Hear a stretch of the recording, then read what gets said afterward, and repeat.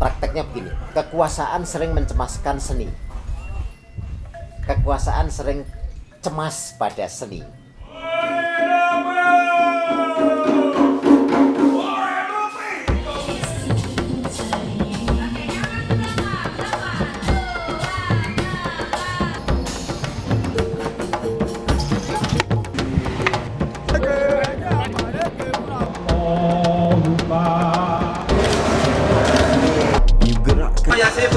Wassalam.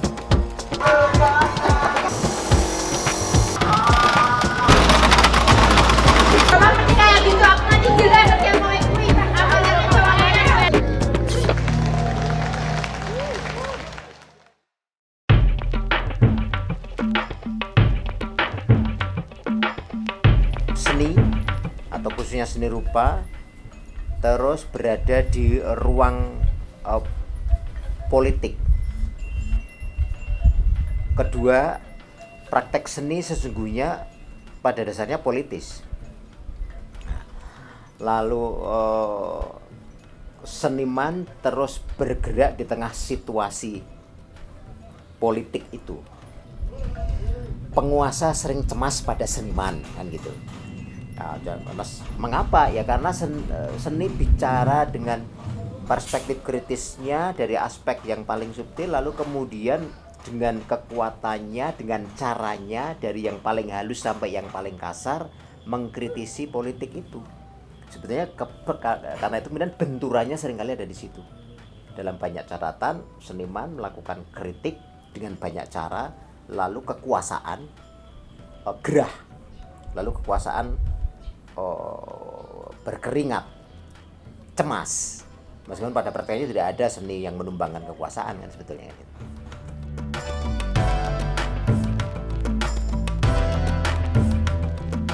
Mengapa seniman harus merespon situasi politik?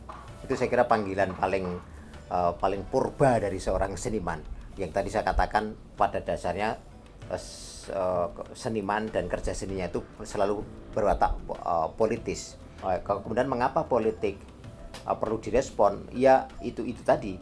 Karena memang politik itu kan dinamis, turbulensinya tinggi, guncangannya tinggi, menyangkut nasib banyak hal. Kalau itu politik praktis kekuasaan menyangkut hajat hidup orang banyak. Kalau itu politik kekuasaan yang paling sempit sekalipun itu juga punya imbasan yang sangat banyak.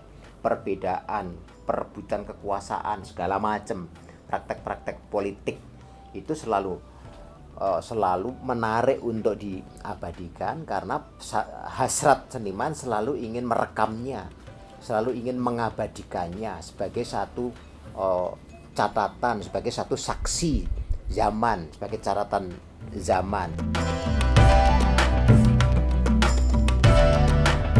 Era pasca kolonial adalah era yang membuka yang pelan-pelan membuka tabir, membuka selubung bahwa ada peluang, ada perspektif, ada upaya membangun identitas yang sangat kuat di negara-negara pasca kolonial itu. Lalu tumbuh kesadaran yang mengendap dan kemudian dimunculkan adalah bahwa cara pandang peneliti, pengamat atau kritikus di luar negara non-blok itu kan cara pandang sepihak yang terlalu dominan, yang kemudian kita kenal sebagai wilayah utara. Nah, perspektifnya perspektif mereka. Contoh kasus yang bisa kita ingat dengan baik ya pameran kebudayaan Indonesia di Amerika Serikat tahun 90 dan 91. Itu contoh menarik bagaimana perspektif utara, perspektif Eropa Amerika melihat praktek seni Indonesia khususnya. Misalnya, saya kira itu terjadi di negara-negara non-blok pada umumnya. Bagaimana mereka dilihat oleh Barat, bagaimana dalam konteks Barat dan Timur, atau kemudian bagaimana mereka dilihat oleh Utara dalam konsep Utara Selatan, gitu ya. Nah, jadi pasca kolonial tumbuh itu bahwa mau lihat bahwa terbuka sekarang praktek seni di negara negara-negara non-blok, apapun kemudian predikat yang disematkan ya, negara berkembang lah, negara tumbuh lah, apapun namanya gitu.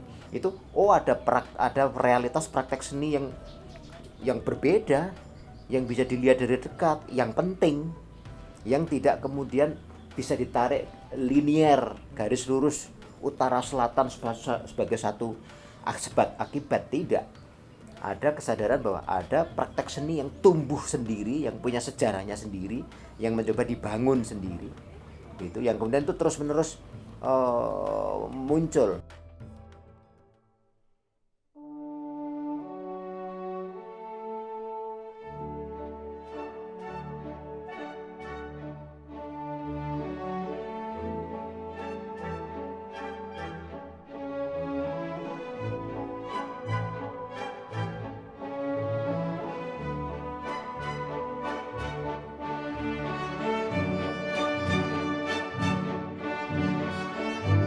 Melihat praktek seni yang berbeda, yang bisa dilihat dari perspektif yang sama sekali berbeda, yang menunjukkan bahwa kita Indonesia, kita Asia, kita non-blok punya distingsi dengan apa yang selama ini mereka lihat oleh teman-teman utara atau teman-teman barat khususnya. Gitu.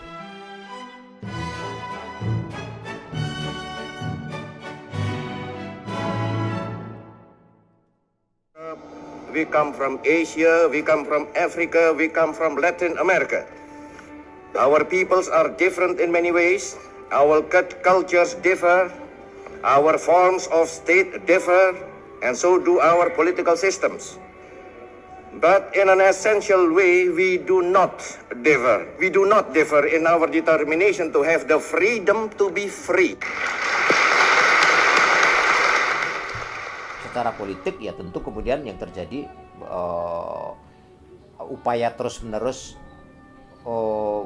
terbangunnya saling pengertian, dan kemudian ada perasaan setara. Teman-teman seniman yang masuk di forum-forum internasional juga dengan kepala tegak melakukan komunikasi, melakukan kritik-kritik, melakukan percakapan yang setara, yang setara.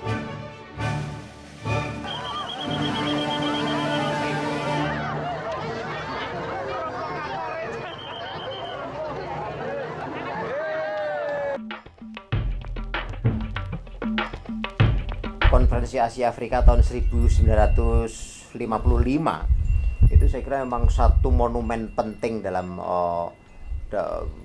relasi pergaulan antar bangsa. Indonesia hadir di panggung sangat penting, disoroti banyak dunia. Secara politik jelas itu menambah harkat, menambah posisi kita dilihat oleh dunia. Dalam dunia seni ada pengaruhnya pasti, karena kemudian ruang komunikasi terbangun di antara mereka dengan cara yang tentu saja tidak semudah hari ini.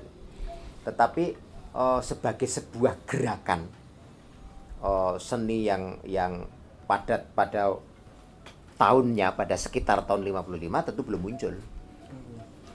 Dampaknya pada waktu-waktu berikutnya, bagaimana kemudian kemungkinan kerjasama, kemungkinan kerjasama G2G antar pemerintah yang memungkinkan kunjungan-kunjungan, itu saya kira produk-produk dari KA itu semacam itu, saya kira yang terjadi.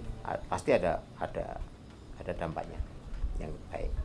Biennale Jogja seri Ekuator itu saya ingin mengatakan sebuah ide yang otentik sebagai satu peristiwa kebudayaan, monumental, spiritnya mengadopsi KAA, kita mengingatnya. Jadi ketika merumuskan ini kita mengingat peristiwa-peristiwa monumental itu, lalu menyadarkan kita semua waktu itu di posisi board gitu, posisi dewan kuratornya di yayasan dan seterusnya, kemudian menyadari itu bahwa kita penting loh melihat relasi bertolak pada peta bumi. Ada negara-negara yang berada dalam satu garis khatulistiwa yang problemnya bisa sama tuh, musimnya, tegangan politiknya, ekologinya, lingkungannya, praktek politiknya. Mengapa itu tidak kita jadikan tumpuan untuk melihat apa yang terjadi? Itu satu. Kedua, Biennale Jogja punya posisi penting dalam percakapan seni kontemporer internasional, karena melihat sesuatu yang barangkali bahkan Barat sekalipun tidak pernah melihat ide semacam itu. Lalu kita Indonesia memunculkan ide yang otentik, ingin melihat satu pertautan dari negara-negara Katulistiwa itu, apa yang terjadi sebetulnya, apa yang terjadi, apa yang sama, apa yang beda. Tidak ingin membeda-bedakan yang sama atau tidak ingin menyamakan yang beda, tetapi ingin menghadirkan bahwa ada problem loh, ada problem yang beririsan loh, yang sama loh, yang beda loh, yang barangkali bisa saling memperkaya. Nah, karena itu momentum menemukan topik ekuator Katulistiwa, negara Katulistiwa dengan masalahnya masing-masing, itu sekali lagi meneguhkan bahwa kita ini bagian dari upaya bahwa kita punya sejarahnya sendiri, kita punya cara untuk hadir dalam percakapan internasional yang punya identitas yang kokoh, kita punya riwayatnya sendiri, kita punya tumpuannya sendiri, kita punya kecenderungan yang sendiri, sebagai satu alat untuk membangun percakapan setara tadi.